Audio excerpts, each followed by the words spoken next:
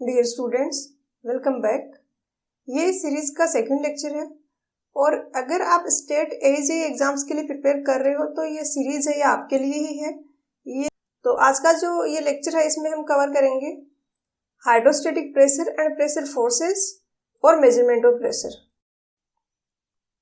तो स्टार्ट करते हैं पास्कल्स लॉ से। पास्कल्स लॉ के अकॉर्डिंग कोई भी फ्लूइड जो कि रेस्ट पे है, जो स्टैटिक है, उसमें किसी भी पॉइंट पे प्रेशर की इंटेंसिटी होगी वो सारी डायरेक्शंस में सेम होगी।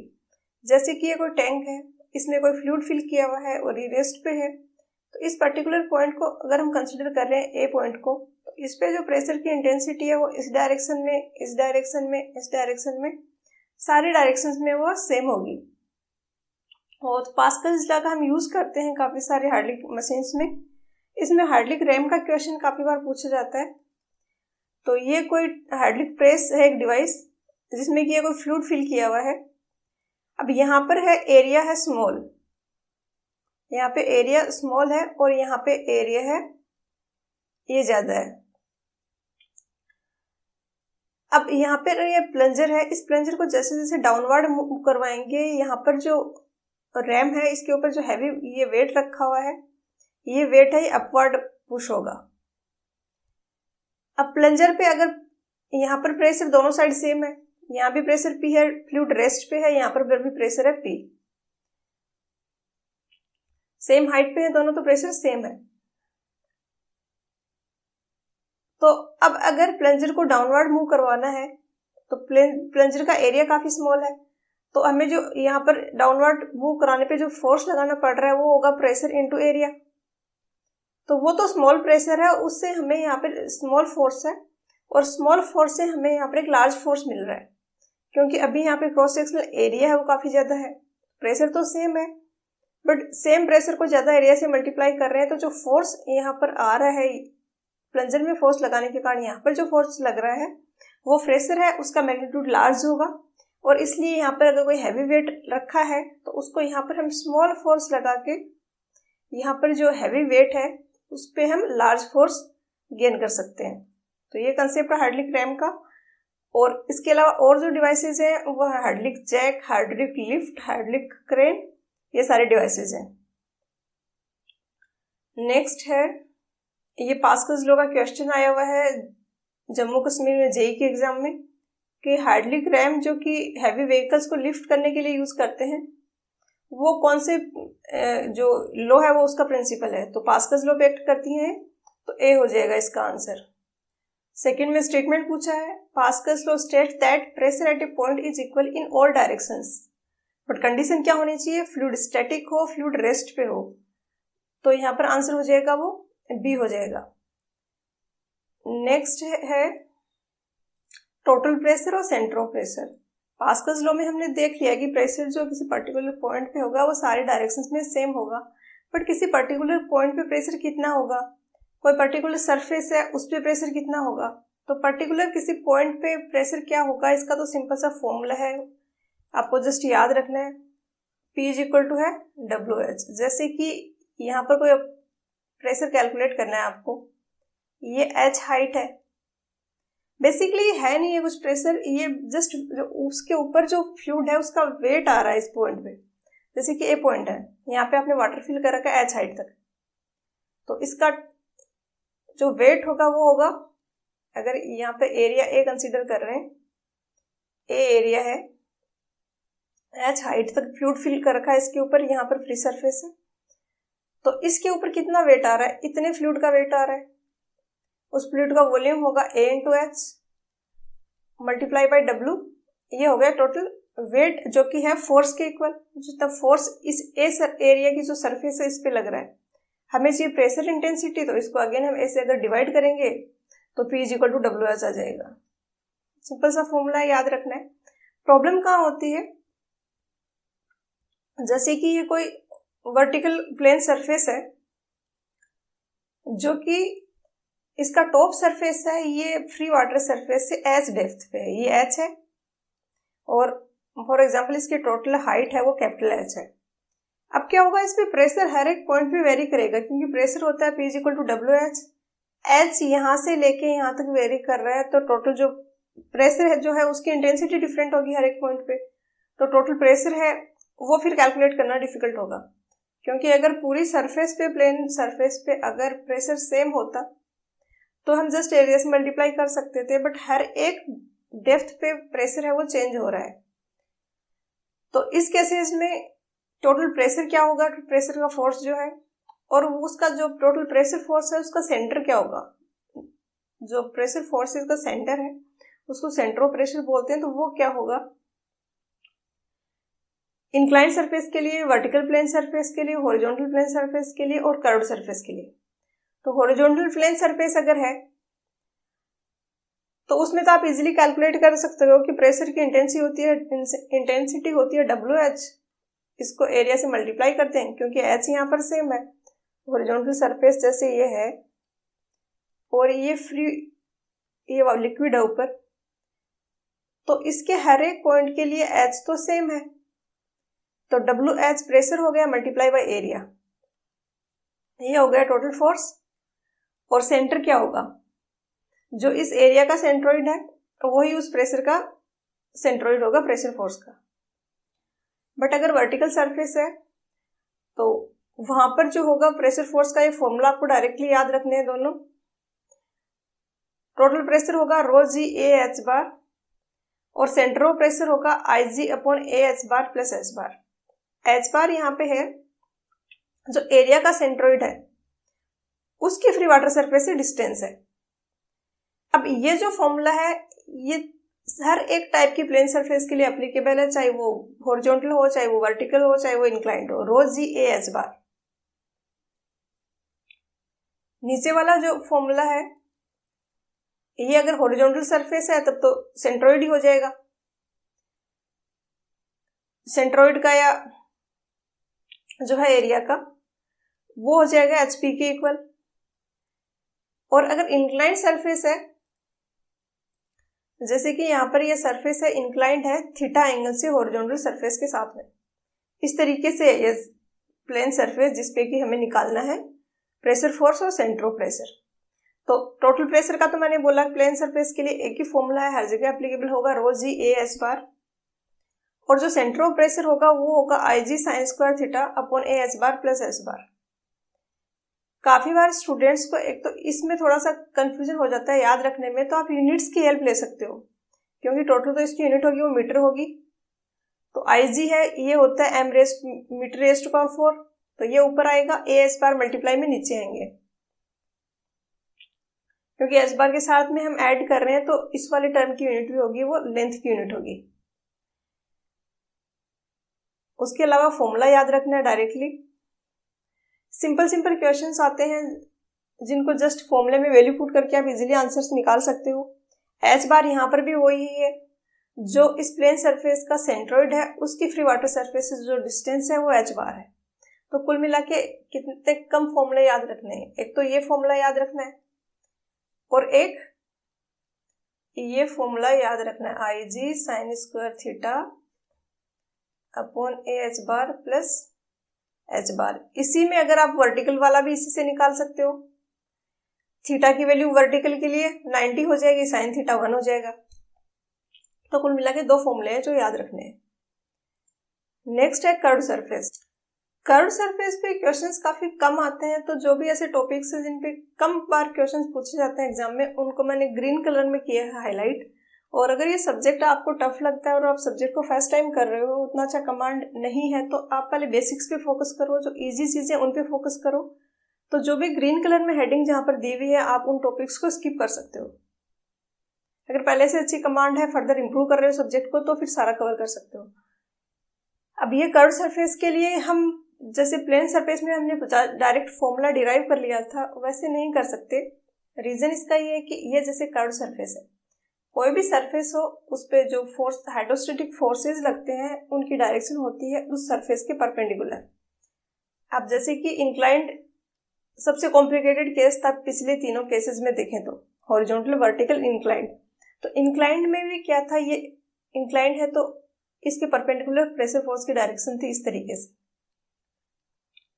तो हर एक पॉइंट पे जो प्रेशर फोर्स था वो सेम ही डायरेक्शन में था, बट कर्व्ड सरफेस में क्या होता है कि जैसे यहाँ पर आप कंसिडर कर रहे हो, तो ये कर्व्ड सरफेस है, इसकी अगर टेंजेंट एक बनाते हैं हम, इस पॉइंट पे हमने एक टेंजेंट बनाई, तो इसके परपेंडिकुलर ये डायरेक्शन होगी, इसके नॉर्मल डायरेक्शन में प्रेशर फोर्स होगा।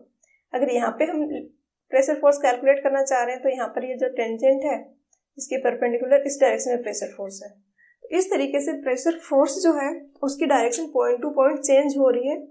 तो हम एक सिंपल फॉर्मूला नहीं डिराइव कर सकते, हम ये कर सकते हैं कि जो भी प्रेशर फोर्स है उसके दो डायरेक्शन में कंपोनेंट ले लें।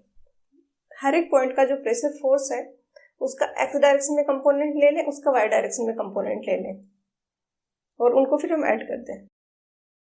तो जैसे कि यहाँ पर हमने एक स्मॉल एरिया लिया है DA, इसके लिए हम टोटल जो हॉरिजॉन्टल फोर्सेज है वो कैलकुलेट करेंगे और उसको इंटीग्रेट करेंगे। तो पूरी जो कर्व्ड सरफेस है उस पे हॉरिजॉन्टल जो एक्स डायरेक्शन में जो फोर्स लग रहा है इधर PH, ये कितना है, PH को हम FX भी लिख सकते हैं, ये एक्स डायरेक्शन का फोर्स है, और PV जो है उसको हम FY लिख सकते हैं।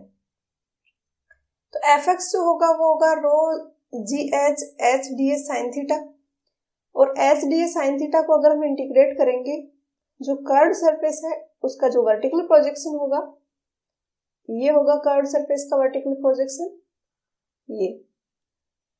तो इस वर्टिकल प्रोजेक्शन पे कितना प्रेशर फोर्स लग रहा है वो होगा, और जो वाई डायरेक्शन का फोर्स अगर हम कैलकुलेट करेंगे तो वो आएगा रो GH DA cos थीटा, जो कि है इस कर्व्ड सरफेस का हॉरिजॉन्टल प्रोजेक्शन। तो इस कर्व्ड सरफेस का हॉरिजॉन्टल प्रोजेक्शन मतलब ये जो लाइन बन रही है, ये जो प्लेन है, ये इस कर्व्ड सरफेस का हॉरिजॉन्टल पे प्रोजेक्शन है। तो वाई डायरेक्शन में फोर्स हो जाएगा रो GH DA cos थीटा। तो कर्व्ड सरफेस के जो हॉरिजॉन्टल प्रोजेक्शन है ये वाली लाइन, इस पे जो टोटल प्रेशर फोर्स होगा वो उस फ्लूइड के कारण होगा जो इसके ऊपर लाई कर रहा है। इसके ऊपर कौन सा फ्लूइड लाई कर रहा है, जो शेडेड है यहाँ पर, जैसे लाइनिंग से शो किया हुआ है, क्योंकि यहाँ पर तो कोई फ्लूइड है नहीं, फ्लूइड है वो इस कर्व्ड सरफेस से ऊपर है।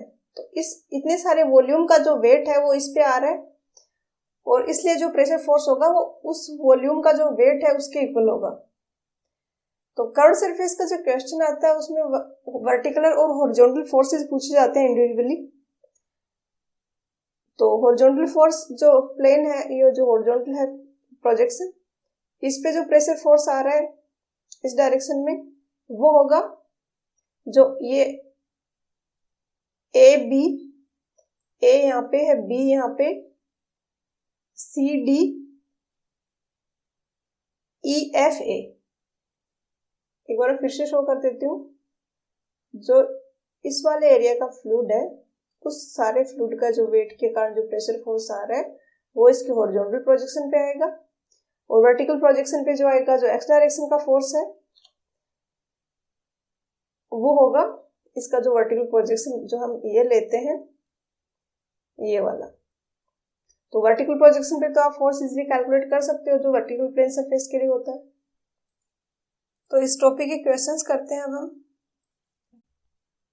क्वेश्चन थर्ड में दिया है कि सेंटर ऑफ प्रेशर कैलकुलेट करना है एक सर्कुलर प्लेट के लिए जिसका डायमीटर है वो 2 मीटर है और वो वर्टिकली इमेज की गई है लिक्विड सरफेस में इस तरीके से कि उसका टॉप एज है वो 1 मीटर बिलो है फ्री वाटर सरफेस से। जैसे ये फ्री वाटर सरफेस है इससे 1 मीटर नीचे इसका टॉप है और 2 मीटर इसका डायमीटर है। तो CG होगा इसका सेंटर यहाँ पर, टोटल डायमीटर है 2 मीटर, तो यहाँ से यहाँ तक की ये डिस्टेंस होगी 1 मीटर और इस टॉप एज से फ्री वाटर सरफेस तक की भी डिस्टेंस है 1 मीटर। तो H बार यहाँ पर हो जाएगा 2 मीटर। अब यहाँ पर भी अगर ऑप्शंस वाली ट्रिक यूज करते हो तो आप ऑप्शंस यहाँ पर देखोगे तो एक ही ऑप्शन ऐसा है यहाँ पर जो H बार से बड़ा है, और इस फॉर्मूले से ये तो आपको क्लियरली पता चल रहा है कि HP होगा वो H बार से तो ग्रेटर होगा हमेशा, क्योंकि यहाँ पे H बार में हम कुछ ना कुछ ऐड कर रहे हैं IG/AH बार, और IG/AH बार जो है ये हमेशा ऑब्वियसली पॉजिटिव होगा, तो HP की वैल्यू हमेशा H बार से बड़ी होगी।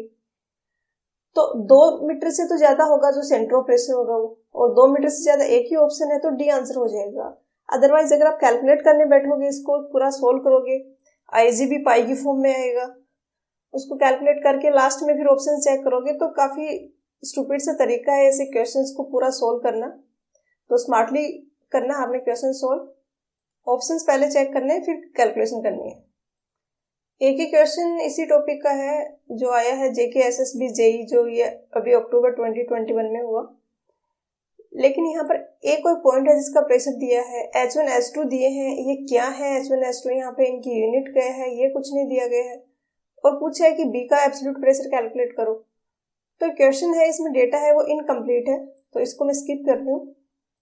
क्वेश्चन 5th में दिया है कि कोई टैंक है जिसका प्लेन है वो स्क्वायर है। जैसे कि ये टैंक है, ऊपर से अगर आप देख रहे हो तो बॉटम जो है वो इस तरीके से स्क्वायर शेप में है, 3.5 मीटर बाय 3.5 मीटर। इसमें ऑयल फिल किया हुआ है जिसकी स्पेसिफिक ग्रेविटी है वो 0.9 है, और वो 24 मीटर की डेप्थ तक फिल किया हुआ है। टोटल प्रेशर फोर्स कैलकुलेट करना है बॉटम पे और लेटरल साइड्स पे। तो वैसे तो कोई भी ऑप्शन ऐसा है नहीं जिसमें आपको दोनों कैलकुलेट करने पड़े। अगर आप एक भी कैलकुलेट कर रहे हो साइड वाला, तो वो भी चारों ऑप्शंस में अलग अलग है। तो पहले हम साइड वाला ही कैलकुलेट कर लेते हैं। अब साइड वाला कैलकुलेट करेंगे इस वाली पे, तो इसका हो जाएगा WA/H बार, W हो जाएगा 0.9 इंटू 9.8 इंटू 1000, स्पेसिफिक ग्रेविटी दी है 0.9, ये वाटर का स्पेसिफिक वेट है, इससे मल्टीप्लाई कर दिया, इंटू एरिया हो जाएगा 24 इंटू 3.5, और इसका जो सेंट्रोइड होगा वो इसके हाफ पे होगा, मिडिल में होगा, तो इंटू 12। तो इसको अगर आप सोल्व करोगे तो ये आ जाएगा 8890 इंटू 10⁻³ न्यूटन। तो आंसर यहाँ पर हो जाएगा ऑप्शन ए। नेक्स्ट है क्वेश्चन 6। क्वेश्चन 6 में दिया है कि कोई प्लेन वर्टिकल सरफेस है जो कि इमर्ज्ड है, उसका सेंट्रो प्रेशर है वो कहाँ पर होगा। तो ये इस टाइप से आई थिंक कि ये फ्री वाटर सरफेस है और इसके अंदर ये कोई वर्टिकल सरफेस है, और इसका सेंट्रोइड पूछा है यहाँ पे। टोटल हाइट इसकी अगर h है तो कितनी हाइट पे इसका सेंट्रो प्रेशर होगा। तो एक तो वो होता है जो फॉर्मूला हम h बार वाला कैलकुलेट करते हैं, जिससे IG AH बार प्लस h बार। उसके अलावा हम सिंपल भी कैलकुलेट कर सकते हैं। जो प्रेशर डायग्राम बन रहा है उसका जो सेंट्रोइड होगा वो ही सेंट्रो प्रेशर होता है। तो इस वाले इक्वेशन में अगर हम इस तरीके से कैलकुलेट करें कि प्रेशर जो डायग्राम होगा वो इस तरीके से बनेगा, यहाँ पे प्रेशर 0 है और यहाँ पे प्रेशर है वो WH है, और ये हाइट है ये h है, ये जो वर्टिकल हाइट है ये h है। तो इस प्रेशर डायग्राम का जो सेंट्रोइड होगा वो नीचे से h/3 पे होगा, ऊपर से ये डिस्टेंस होगी 2h/3। इसने पूछा इमर्ज सरफेस से कितनी हाइट पे, कितनी उस पे होगा। तो इमर्ज सरफेस, ये जो फ्री वाटर सरफेस है, इससे 2h/3 पे होगा। तो यहाँ पर इसका आंसर हो जाएगा option A, 2/3 of the height, option A. Question 7 में दिया है कि एक वर्टिकल रेक्टेंगुलर प्लेन सरफेस है जो कि सबमर्ज की गई है वाटर में इस तरीके से कि इसकी टॉप है वो फ्री वाटर सरफेस है 1.5 मीटर पर है और बॉटम है वो 6 मीटर पर है। तो position of centre pressure calculate करना है। तो सिंपल हम वो फॉर्मूला है जो ये अप्लाई करेंगे, IG AH बार प्लस H बार।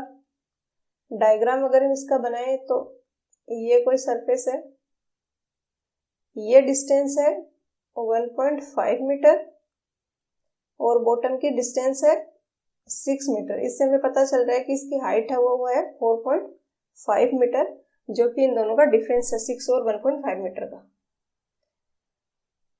हाइट है 4.5 मीटर और रेक्टेंगुलर प्लेन सरफेस है, तो इसका सेंट्रोइड है वो इसकी मिडिल में होगा। तो सेंट्रोइड है वो 4.5 डिवाइडेड बाई 2 पे होगा, तो ये हो गया 2.25। यहाँ से 2.25 मीटर पे सेंट्रोइड होगा। तो सेंट्रोइड की फ्री वाटर सरफेस से डिस्टेंस होगी 2.25 प्लस 1.5, तो ये हो गया 3.75 जो कि है h बार। जो एरिया है इसका सेंट्रोइड है उसकी फ्री वाटर सरफेस से जो डिस्टेंस है वो होती है h बार। तो 3.75 h बार की जगह आ गया, ये आ गया IG अपॉन AH बार हम लिखें। तो अब यहाँ पर ये कंफ्यूजन हो सकता है किसी को कि B नहीं दिया, बट B है वो कैंसिल आउट हो जाएगा ऊपर नीचे, तो उसकी जरूरत नहीं है, उसके बिना भी आप कैलकुलेट कर सकते हो। IG होता है 1/12 BD क्यूब, एक बार मैं D की फॉर्म में लिख लूँ इसको, H बार है 3.75, तो B से B कैंसिल हो गया और ये D से D क्यूब कैंसिल किया तो D स्क्वायर बच गया। तो 3.75 plus 1/12 into D square, D है ये डेप्थ है, ये 4.5 मीटर है, तो 4.5 इंटू 4.5 डिवाइडेड बाई 3.75।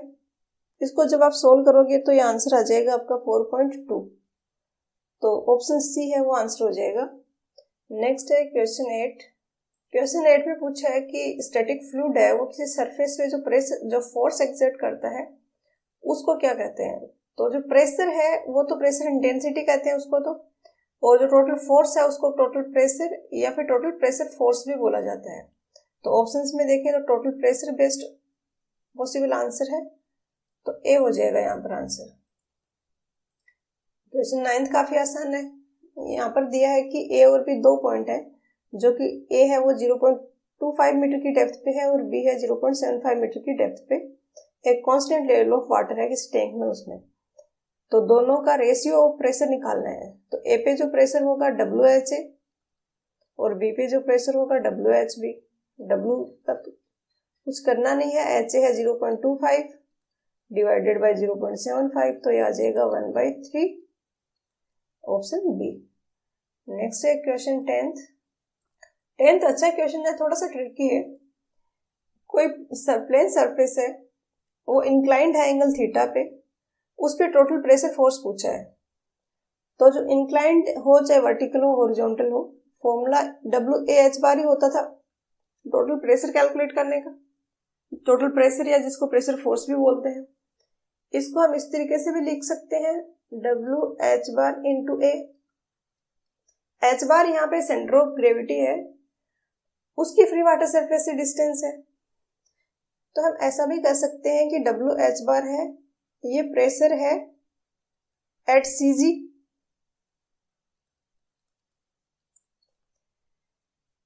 और A है वो टोटल एरिया है। तो टोटल प्रेशर फोर्स था उसको हम इस तरीके से भी लिख सकते हैं कि pressure at CG that is WH bar multiply by area. तो ऑप्शन में इसने दिया है कि P तो प्रेशर इंटेंसिटी है सेंट्रोइड ऑफ एरिया पे, तो सेंट्रोइड ऑफ एरिया पे प्रेशर इंटेंसिटी WH बार है, इसको तो स्मॉल p लिख दिया, इसको मल्टीप्लाई करेंगे A से, तो ये हो जाएगा टोटल प्रेशर फोर्स जो प्लेन सरफेस है उस पर। तो आंसर ऑप्शन ए होगा। यहाँ पर थीटा दिया है कंफ्यूज करने को, आपको जस्ट अपना फॉर्मूला याद रखना है WAH बार, चाहे इंक्लाइंड हो वर्टिकल हो चाहे हॉरिजॉन्टल हो। तो ए आंसर होगा। यहाँ पे दो बार आया हुआ है, एक बार UK SSC के एग्जाम में और राजस्थान JEE के एग्जाम में भी। क्वेश्चन 11 में दिया है कि एक सर्कुलर प्लेट है 1 मीटर जिसका डायमीटर है और सबमर्ज्ड है वाटर में वर्टिकली, और इसका अपर एज है वो 8 मीटर नीचे है फ्री वाटर सरफेस से। तो इस तरीके से डायग्राम बनेगा, 8 मीटर नीचे ये अपर एज है। Total hydrostatic pressure force calculate करना है किसी एक साइड पर, तो इसका फॉर्मूला हो जाएगा ρg(AH बार 1000 इंटू 9.8 इंटू π/4 1 का स्क्वायर इंटू H बार क्या होगा, इसका सेंट्रोइड होगा इसके मिडल में, तो इसकी फ्री वाटर सरफेस से डिस्टेंस हो जाएगी 8 मीटर तो ऊपर का और 1 मीटर ये हाफ मीटर ये 0.5, टोटल 1 मीटर है तो हाफ पे होगा सेंट्रोइड, तो ये डिस्टेंस होगी ये रेडियस के इक्वल होगी 0.5 मीटर ये वाले, तो इंटू 8.5 H बार हो जाएगा। और इसको जब आप सॉल्व करोगे तो ये आ जाएगा 65.4 किलो न्यूटन, तो आंसर हो जाएगा ऑप्शन बी। नेक्स्ट है क्वेश्चन 12। क्वेश्चन 12th में दिया है कि जैसे जैसे depth of immersion of vertical plane हम इंक्रीज करेंगे तो location of centre of pressure पे क्या इफेक्ट आएगा।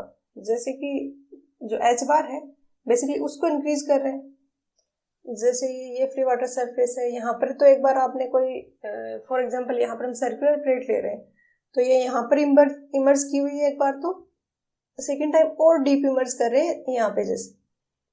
तो इसका क्या इफेक्ट आएगा, जो सेंटर ऑफ ग्रेविटी और सेंटर ऑफ प्रेशर का आपस में जो रिलेशन है कि वो ज्यादा पास में हो जाएंगे या ज्यादा दूर होंगे। तो ये फॉर्मूला था सेंटर ऑफ प्रेशर कैलकुलेट करने का, और सेंटर ऑफ ग्रेविटी होता है एच बार। तो सेंटर ऑफ प्रेशर और सेंटर ऑफ ग्रेविटी में जो डिस्टेंस होता है बीच का वो होगा IG अपॉन एच बार, क्योंकि ये तो है HP और H bar centre of pressure है। तो सेंटर ऑफ प्रेशर में ये ऐड कर रहे हैं तो जो सेंट्रोइड का डिस्टेंस है एच बार उसमें IG अपॉन एच बार ऐड कर रहे हैं तो सेंटर ऑफ प्रेशर आ रहा है। तो इन दोनों के बीच का डिस्टेंस है IG अपॉन एच बार। अब इसमें जैसे जैसे एच बार बढ़ेगा, अगर इमर्ज की डेप्थ बढ़ रही है, इस केस से अगर इस वाले केस में जाएंगे तो एच बार है वो इंक्रीज हो रहा है, क्योंकि डेप्थ ऑफ इमर्जन है वो इंक्रीज हो रहा है, एच बार बढ़ रहा है। वैसे वैसे ये जो टोटल है IG अपॉन एच बार ये डिक्रीज होता रहेगा। ये डिक्रीज होता रहेगा तो इन दोनों के बीच की डिस्टेंस है वो कम होती जाएगी, ये एक दूसरे के नजदीक आते जाएंगे। तो यहाँ पर आंसर होगा ऑप्शन बी। क्वेश्चन 13 में दिया है कि depth of centre of pressure HP calculate करना है एक वर्टिकुलर रेक्टेंगुलर गेट के लिए जिसकी विड्थ है वो 4 मीटर है और हाइट है वो 3 मीटर है, और इस तरीके से है कि टॉप पे है वो फ्री वाटर सरफेस पे है। ये जो टॉप सरफेस है रेक्टेंगुलर गेट की, यहाँ पर फ्री वाटर सरफेस है। तो सेम जो फॉर्मूला है H bar plus IG upon H बार ये अप्लाई करेंगे। टोटल हाइट 3 मीटर है, एच बार हो जाएगा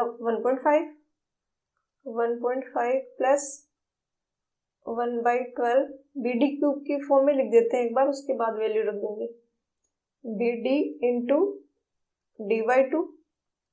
तो 1.5 प्लस यहाँ पे B से B कैंसिल हो जाएगा, ये 2 से ये 6 आ जाएगा, और ये जब कैंसिल करेंगे तो D बचेगा यहाँ पे, तो D/6। तो 1.5 प्लस 3/6 तो ये आ जाएगा 2 मीटर। तो आंसर होगा ऑप्शन सी। नेक्स्ट है क्वेश्चन 14। क्वेश्चन 14 है पिछले क्वेश्चन जैसा ही है, ये PPSC के एग्जाम में आया था जो हुआ 6 मार्च 2021 को, कि कोई रेक्टेंगुलर वर्टिकल गेट है जिसकी विड्थ है वो 30 मीटर है और उसकी हाइट है वो 6 मीटर है। Depth of centre of pressure calculate करना है। तो एक तो जो पिछले क्वेश्चन में मैंने एक्सप्लेन किया कि आप फॉर्मूला लगा के वैसे कर सकते हो, उसके अलावा अगर जो वर्टिकुलर जो गेट है उसकी टॉप सरफेस अगर फ्री वाटर सरफेस के साथ में लाई कर रही है, जैसे यहाँ पर है कि ये तो फ्री वाटर सरफेस है और यही वर्टिकल गेट की टॉप सरफेस है, तो इस केस में प्रेशर डायग्राम ट्राइंगुलर बनेगा इस तरीके से। तो इसका जो सेंट्रोइड होता है वही सेंटर ऑफ प्रेशर होता है, ये ट्राइंगल है तो इसका सेंट्रोइड होगा ऊपर से 2h/3 डिस्टेंस पे। तो इस तरीके से वो फॉर्मूला लगाए बिना ज्यादा जल्दी से डायरेक्टली भी कर सकते हो। h की वैल्यू है 6, तो 2 इंटू 6/3 आंसर आ जाएगा 4 मीटर। बट ध्यान रहे ये जो 2h/3 वाला है ये तभी एप्लीकेबल होगा जब टॉप सरफेस है वो ही फ्री वाटर सरफेस है। अगर ऐसा केस ना हो के इस तरीके से होता है यहाँ पे कि फ्री वाटर सरफेस तो अभी जो है वही है और ये जो लाई कर रहा है वर्टिकल सरफेस वो इस तरीके से है, तो इस केस में जो प्रेशर डायग्राम बनेगा वो ट्राइंगुलर नहीं होगा, वो ऐसा कुछ बनेगा ट्रेपेजोइडल, क्योंकि अब यहाँ पे प्रेशर 0 नहीं है तो यहाँ पर भी कुछ प्रेशर है और यहाँ पर भी कुछ प्रेशर है, तो वहां पर ये फॉर्मूला 2h/3 वाला नहीं लगा दें, ये ध्यान रखें आप लोग। नेक्स्ट है क्वेश्चन 15। एक पॉइंट की डेप्थ कैलकुलेट करनी है जहां पर प्रेशर इंटेंसिटी हो ये हो 1.886 मेगा न्यूटन पर मीटर स्क्वायर और सी वाटर है यहाँ पर और उसकी स्पेसिफिक ग्रेविटी है 1.03। तो कैलकुलेशन करनी है, बाकी कुछ नहीं है। P इज इक्वल टू होता है WH यहाँ पर भी आप देखो कितनी दूर दूर ऑप्शन दिए हैं, आपको बहुत इजीली कैलकुलेट कर सकते हो, कुछ बहुत ज़्यादा अप्रोक्सीमेशन करोगे तो भी कोई इश्यू नहीं होगा। तो W हो जाएगा 1.03 इंटू 9.8 इंटू 1000 इंटू H जो हमें कैलकुलेट करना है, और इधर प्रेशर आ जाएगा 1.886। ऐसा यूनिट में कन्वर्ट करेंगे तो मेगा को कर देंगे न्यूटन, मेगा न्यूटन को न्यूटन में करेंगे तो 10⁻⁶ आ गया। और यहाँ से अब H सोल्व करोगे तो ये आ जाएगा 186.65 मीटर। तो आंसर हो जाएगा ऑप्शन सी। काफी आसान है कैलकुलेशन में। अगर आप यहाँ पर 10 लेके भी चल रहे हो, 1.03 को 1 भी कर रहे हो, उस पर अप्रोक्सीमेशन कर रहे हो, फिर भी कोई इश्यू नहीं होगा। 16 भी काफी आसान है। दिया है कि रेशियो ऑफ प्रेशर कैलकुलेट करना है 2 पॉइंट्स एक्स और वाई जो कि लोकेटेड है 0.5 मीटर पे और 2 मीटर पे। तो 0.5 मीटर पे प्रेशर हो जाएगा W इंटू 0.5, 2 मीटर पे हो जाएगा W इंटू 2, तो ये आ जाएगा 1/4। तो ऑप्शन 4 है, ये आंसर हो जाएगा। सो नेक्स्ट इम्पोर्टेंट टॉपिक है measurement of pressure. Measurement of pressure में इम्पोर्टेंट चीज़ ये समझना है कि प्रेशर है वो किसके रेस्पेक्ट में हम मेजर कर रहे हैं, डेटम क्या ले रहे हैं। ज़्यादा अच्छे से समझने के लिए हम एक लेवलिंग का एग्जांपल लेते हैं। जैसे कि ये मीन सी लेवल है, यहाँ पर ये मीन सी लेवल है, इससे ऊपर जाके ये यहाँ पे कुछ फ्लैट एरिया है, इसके ऊपर ये कोई हिल है और ये इसका टॉप है। अब हिल के इस टॉप का अगर आप RL कैलकुलेट कर रहे हो, रिड्यूस लेवल कैलकुलेट कर रहे हो, तो दो तरीके से कर सकते हो। एक तो ये कि ये जो फ्लैट एरिया यहाँ पर है इसके रेस्पेक्ट में मेजर करो, और दूसरा मीन सी लेवल के रेस्पेक्ट में मेजर करो। तो डेटम अगर हम इसके रेस्पेक्ट में कर रहे हैं तो ये डेटम है, अगर मीन सी लेवल के रेस्पेक्ट में कर रहे हैं तो वो डेटम है। तो उसके अकॉर्डिंगली जो RL की वैल्यू होगी वो चेंज होगी। सेम यही कंसेप्ट होता है मेजरमेंट ऑफ प्रेशर में। वहाँ पर भी हम दो तरीके से प्रेशर मेजर कर सकते हैं, एक हम एटमॉस्फेरिक प्रेशर के रेस्पेक्ट में, दूसरा एब्सोल्यूट जीरो प्रेशर के रेस्पेक्ट में। अब एटमॉस्फेरिक प्रेशर क्या होता है इसका भी आपको अच्छे से समझ होना जरूरी है। जैसे कि कोई भी फ्री ऑब्जेक्ट है, जैसे कि कोई चेयर है, उस पर आप बैठे हुए हो, आप पर भी कुछ प्रेशर एक्ट कर रहा है। अब आपको लगेगा हम तो फ्रीली बैठे हैं, कुछ नहीं है, ऊपर प्रेशर कहाँ से आ रहा है। तो जैसे कि पिछले टॉपिक्स में हमने देखा कि ये कोई टैंक है फिल किया हुआ, यहाँ पे कोई ऑब्जेक्ट है, उस पे ऊपर जो वाटर है उसके कारण प्रेशर आ रहा है। तो जैसे यहाँ पर लिक्विड के कारण प्रेशर आ रहा है, वैसे ही गैसेज के कारण भी प्रेशर आता है। तो अगर आप यहाँ पे किसी कुर्सी पे बैठे हुए हो तो आपके ऊपर एयर है, वैक्यूम में तो हो नहीं, आप एयर है, बहुत हाइट तक एयर है यहाँ पे जिसमें बहुत सारी गैसेज हैं, तो उसके कारण भी कुछ प्रेशर है जो एक्ट कर रहा है आप पे। वो प्रेशर है वो एटमॉस्फेरिक प्रेशर है। जो भी ऑब्जेक्ट है वो फ्रीली लाई कर रहा है फ्री एटमॉस्फेयर में, कहीं पर भी कुछ रखा, उस पर भी कुछ प्रेशर है, आपको लग रहा है कि इस पर कोई प्रेशर नहीं है, बट कुछ प्रेशर है, और वो प्रेशर है वो एटमॉस्फेरिक प्रेशर है। तो काफी बार हम प्रेशर है वो उस एटमॉस्फेरिक प्रेशर के रेस्पेक्ट में मेजर करते हैं, और उसको डेटम लेने का कंसेप्ट ये है कि वो तो हर जगह लग रहा है, उससे एक्स्ट्रा कितना प्रेशर लग रहा है वो जो है वो हमारे लिए इंपॉर्टेंट है। तो जैसे कि टैंक का ही हम एग्जांपल लें, तो यहाँ पर जैसे ये H हाइट है, H हाइट तक ये कोई लिक्विड है जो फिल किया हुआ है। अगर इस लिक्विड का स्पेसिफिक वेट W है तो WH प्रेशर हो जाएगा। अब WH प्रेशर है ये एटमॉस्फेयर प्रेशर के रेस्पेक्ट में है। क्यों? क्योंकि यहाँ पर भी कुछ प्रेशर लग रहा था, यहाँ पर जो प्रेशर लग रहा था वो एटमॉस्फेरिक प्रेशर है, और उस एटमॉस्फेरिक प्रेशर से WH ज्यादा प्रेशर इस वाले पॉइंट पे लग रहा है।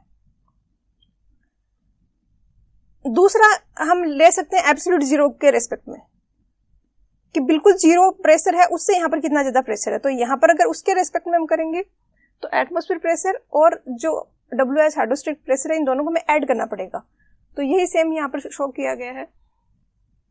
ये एब्सोल्यूट जीरो प्रेशर है और ये यहाँ पर एटमॉस्फेयर प्रेशर है। ये वाली लाइन एटमॉस्फेयर प्रेशर को शो कर रही है। अब किसी ए पॉइंट का हम प्रेशर मेजर कर रहे हैं, वो प्रेशर जैसे यहाँ पर जो कंडीशन है ऐसी कुछ कंडीशन बन रही है, तो वो प्रेशर है वो एटमॉस्फेयर प्रेशर से ज्यादा होगा।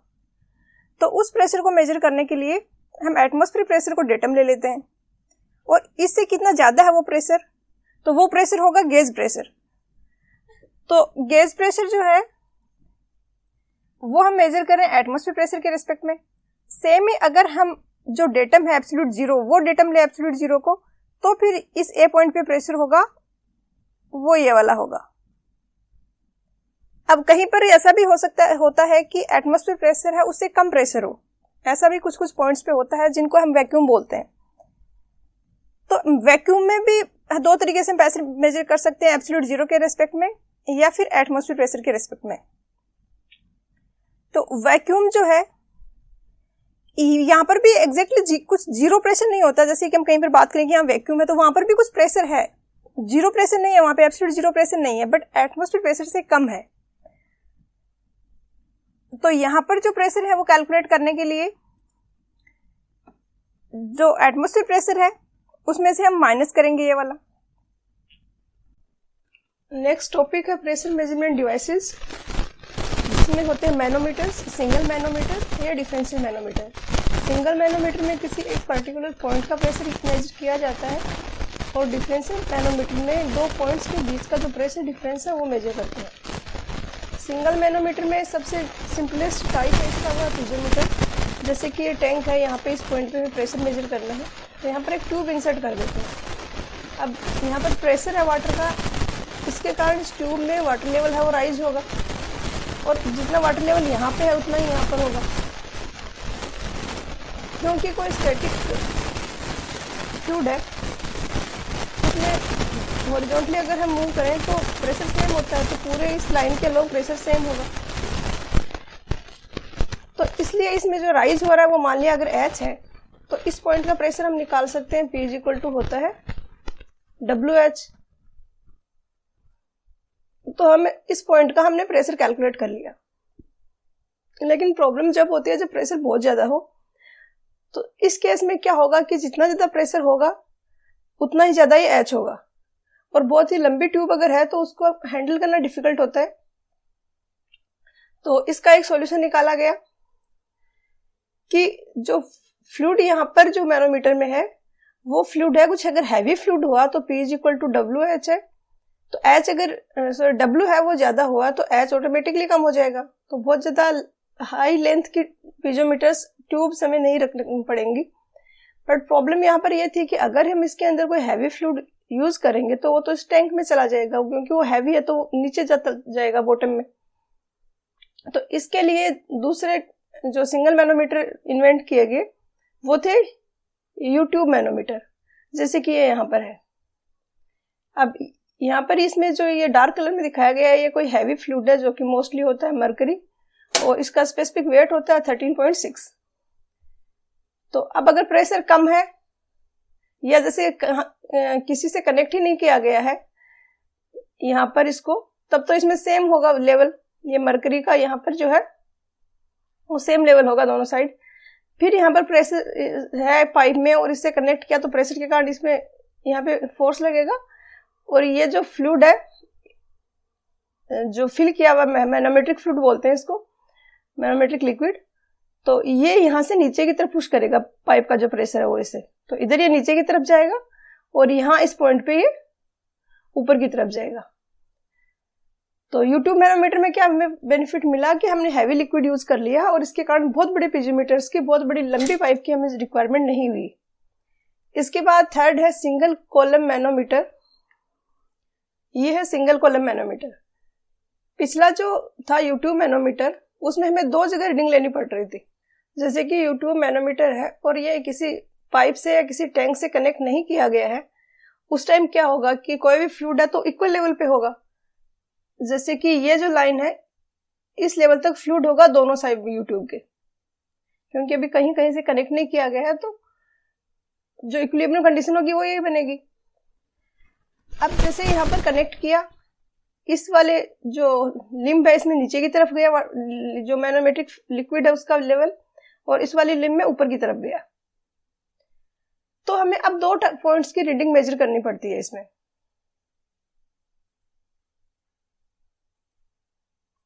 एक तो पहली वाली जो लिम्ब है इसमें कितना नीचे तक गया, ये H2 हमें मेजर करना पड़ता है और H1 हमें मेजर करना पड़ता है।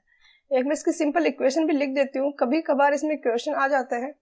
जो क्वेश्चन पेपर्स मैंने कवर किए हैं उसमें इस टाइप का कोई क्वेश्चन नहीं आया हुआ है।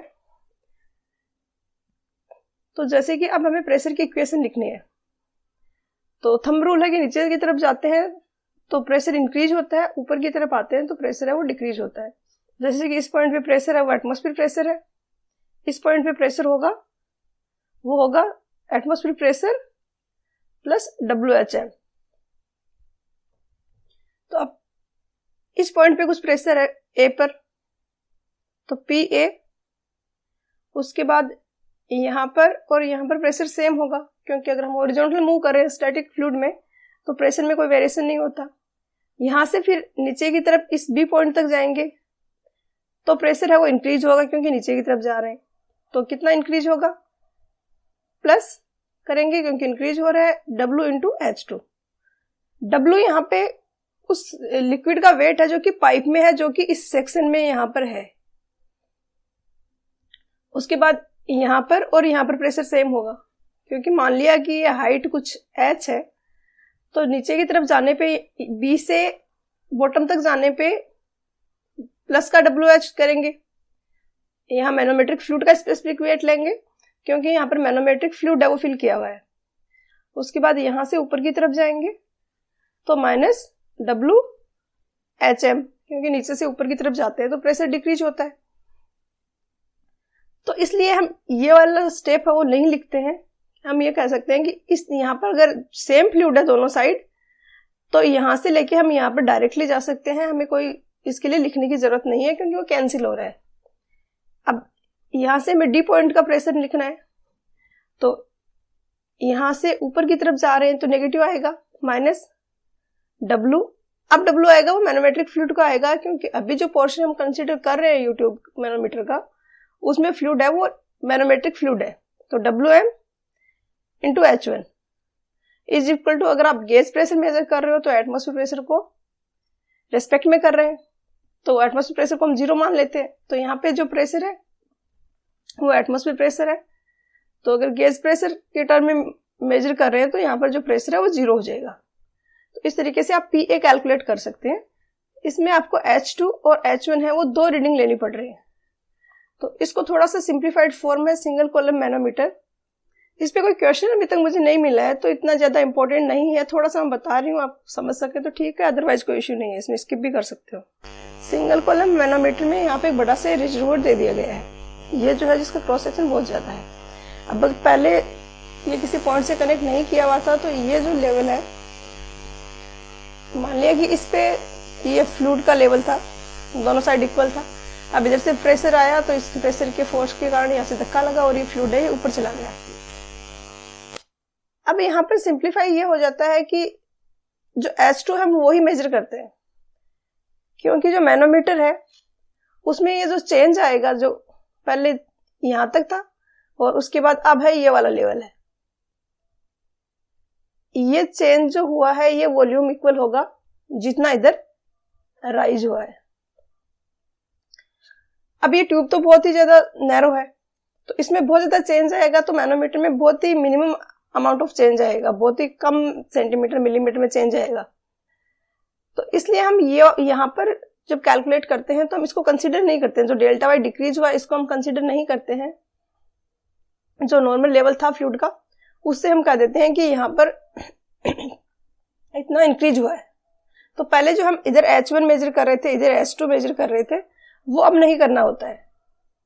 और रीजन ये है कि मैनोमीटर में जो ये रिजर्वोयर दिया गया है इसमें थोड़ा सा चेंज होगा जो लिक्विड का, तो उसको हम इग्नोर कर सकते हैं।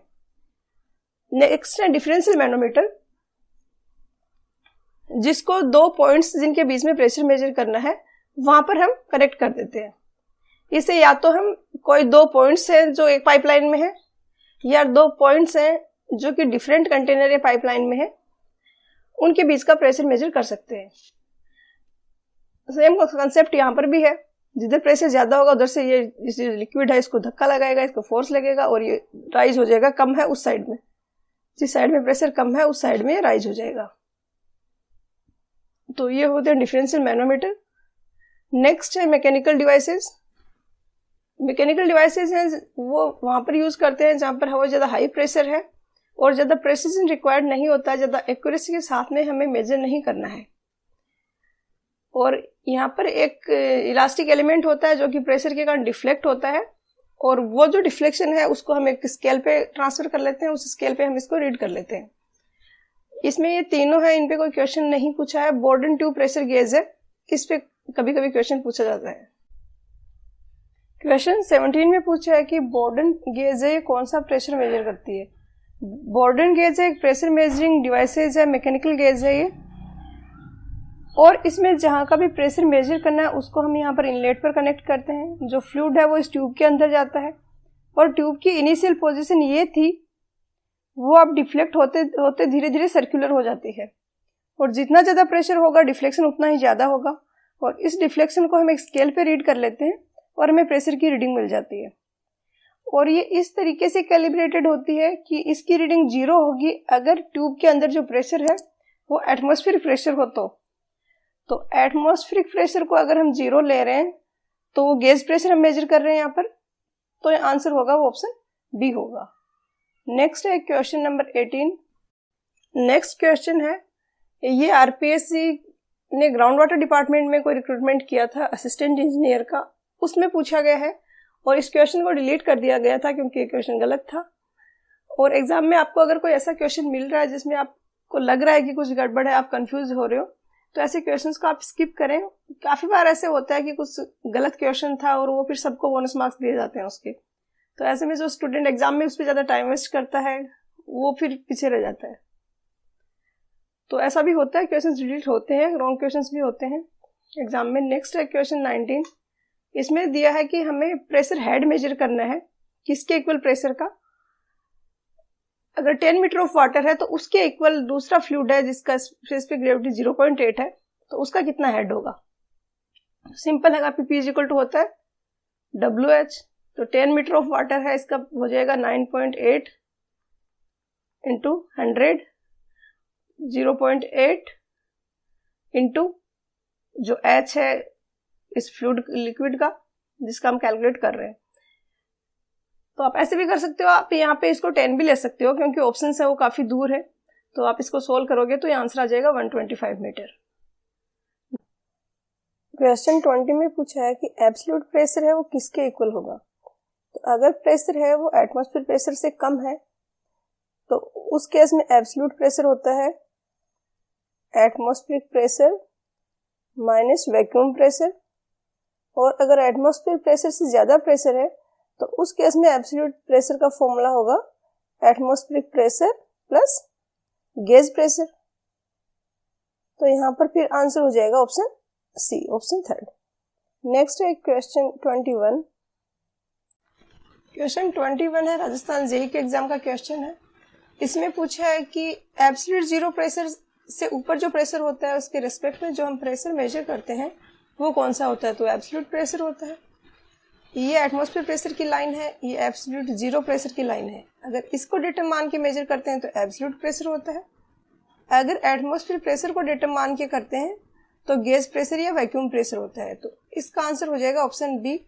नेक्स्ट है क्वेश्चन 22। इसमें पूछा है कि वैक्यूम प्रेशर है वो किसके रिस्पेक्ट में किससे बिलो मेजर करते हैं।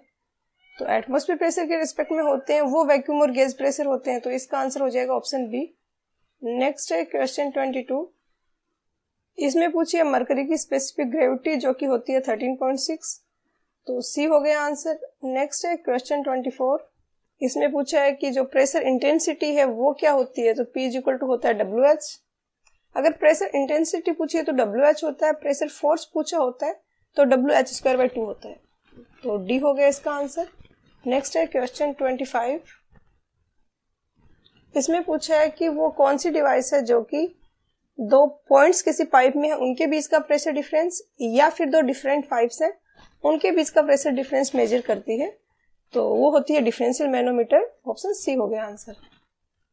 क्वेश्चन 26 में पूछा है कि कोई पॉइंट है जो 4 मीटर बिलो है फ्री वाटर सरफेस से, तो वहां पर प्रेशर क्या होगा। तो कितने सिंपल क्वेश्चन पूछे गए हैं। 2021 का क्वेश्चन है।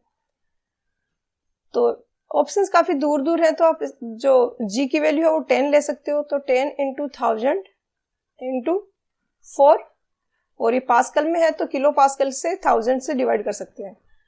तो इसमें यहाँ पर आ जाएगा ऑप्शन सी आंसर। नेक्स्ट है क्वेश्चन 27।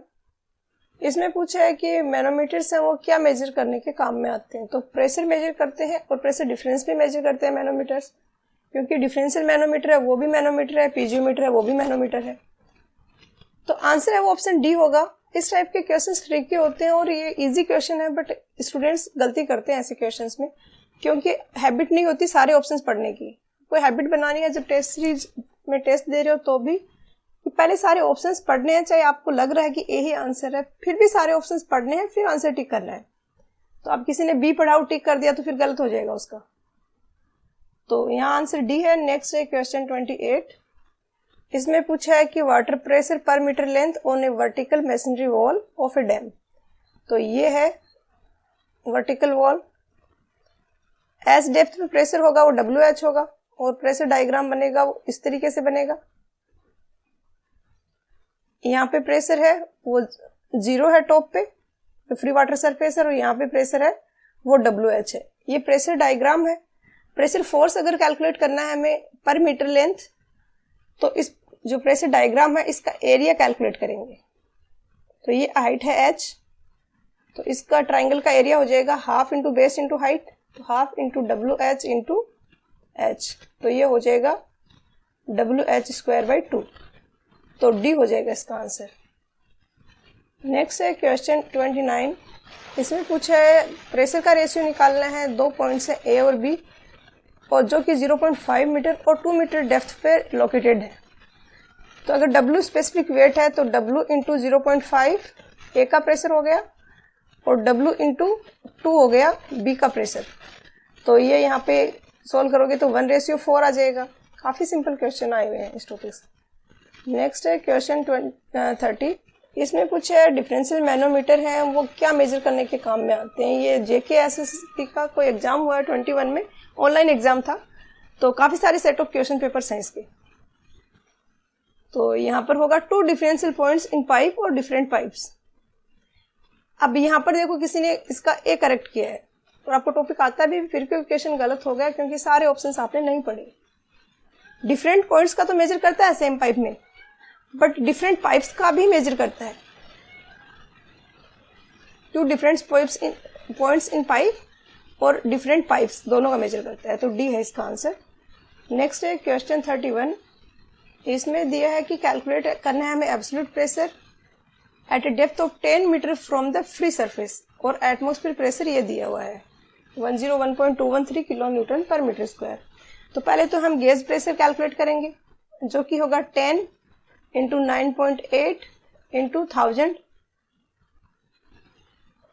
उसके बाद इसमें हम एटमॉस्फेयर प्रेशर है उसको ऐड कर देंगे, किलो न्यूटन में है तो इसको भी आप किलो न्यूटन में कैलकुलेट कर लो, इसको 1000 से डिवाइड कर दो तो किलो न्यूटन पर मीटर स्क्वायर में आ जाएगा। तो ये 101.23 इसमें ऐड कर दो तो ये आएगा कुछ 98, और इसमें ये 101 ऐड करोगे तो ये आ जाएगा 199.213 कुछ।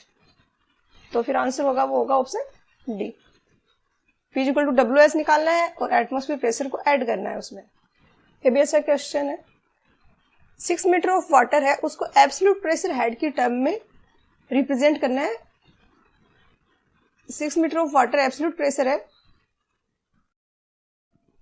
क्वेश्चन 32 में दिया है कि किसी पॉइंट पर एब्सोल्यूट प्रेशर है वो 6 मीटर ऑफ वाटर हेड है, तो गेज प्रेशर क्या होगा।